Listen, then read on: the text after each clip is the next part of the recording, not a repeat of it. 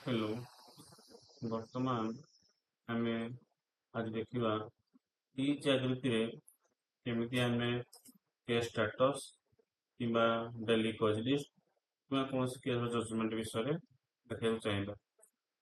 प्रथमे आमे ई जागृति रो ऑफिशियल वेबसाइट e-jagriti.gov.in को पढ़े आसिले आसिया पर एठारे मेन रोची केस हिस्ट्री और स्टेटस। केस हिस्ट्री और स्टेटस पर क्लिक करले এটা দুইটি ফরম্যাটে আমি দেখতে পারি, ଗୋଟେ ଓଲ୍ଡ ଫର୍ମାଟ ଗୋଟେ ନ୍ୟୁ ଫର୍ମାଟ।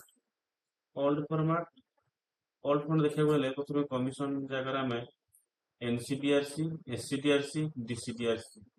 ଏନସିଡିଆରସି ମାନଙ୍କର ନ୍ୟାସନାଲ କମିଶନ, ଏସସିଡିଆରସି ହେଉଛି ଷ୍ଟେଟ କମିଶନ, ଡିସିଡିଆରସି ଡିଷ୍ଟ୍ରିକ୍ଟ କମିଶନ। ଆମେ ଡିଷ୍ଟ୍ରିକ୍ଟ କମିଶନ ପାଇଁ ଦେଖିବା, ତେଣୁ ଡିସିଡିଆରସି ଉପରେ କ୍ଲିକ୍ କରିବା। ତାପରେ ଷ୍ଟେଟ କମିଶନ ହେଲା ଆମର Odisha, state commission Odisha. District commission आम जेकोसी डिस्ट्रिक्ट देखा, जो डिस्ट्रिक्ट से डिस्ट्रिक्ट ना दबा। आम अनुगुल देखुं तेणु अनुगुल दबा।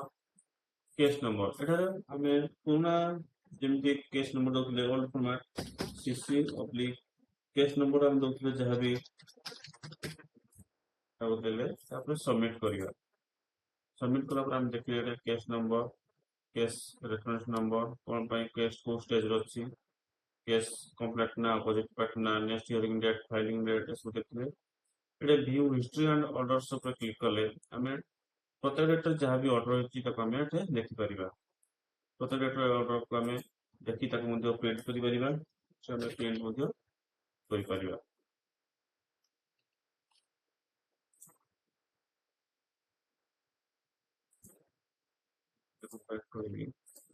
न्यू फॉर्मेट केम देखा। न्यू फॉर्मेट रे हमको देखा गले प्रथम आम जेहतु डिस्ट्रिक्ट कमिशन देखते प्रथम डीसी कैपिटल डीसी ऑब्लिक आम प्रत्येक डिस्ट्रिक्ट रो गोटे कोड अच्छी, जमी अनुगुल कोड है 344। प्रत्येक डिस्ट्रिक्ट कोड अलग अलग अच्छी। तापर आम दबा केस नंबर, जदि आम सीसी केस देखा चाहते सीसी, मिस केस देखा एमए, एग्जीक्यूशन केस देखा ईए दबा टाइप करिया सीसी ऑब्लिक तापर केस नंबर जहाँ थी आम दबा 4521 देली। एटे केस नंबर देला परे केस डिटेल्स, कंप्लेंट ना, अपोजिट पार्टी ना, filing date, next hearing date, case stage पळेसला, व्यू हिस्ट्री एंड ऑर्डर पळेसला। आम एठू मध्य डेली ऑर्डर देखि प्रिंट कर परिया। ये गला केस स्टेटस। आम कज लिस्ट केमि देखिबा, एमती कज लिस्ट ऊपर क्लिक कले ये कज लिस्ट फरंट पळे आसला। आम जो डेट देखा चाहिए कैलेंडर ऊपर क्लिक कर डेट दबा। मनकर आम 20 देखिले कमिशन, कमिशन आम दबा ओडिशा। कज लिस्ट फॉर को डिस्ट्रिक्ट आम देखते अनुगुल तेणु अनुगुल दबा। कोर्ट नंबर 1 प्रत्येक डिस्ट्रिक्ट कोर्ट नंबर केवल 1 होची। गेट कज लिस्ट आम एटा कज लिस्ट देखि डाउनलोड करबा, प्रिंट करि परिबा। ये गला कज लिस्ट। जजमेंट देखिया गले आम जजमेंट ऊपर क्लिक करबा। जजमेंट ऊपर क्लिक कला परे एटे आम कमिशन ना देला डीसीडीआरसी, स्टेट ना देबा ओडिशा, ओडिशा। डिस्ट्रिक्ट आम जेकोसी डिस्ट्रिक्ट देखा चाहूँ डिस्ट्रिक्ट देले।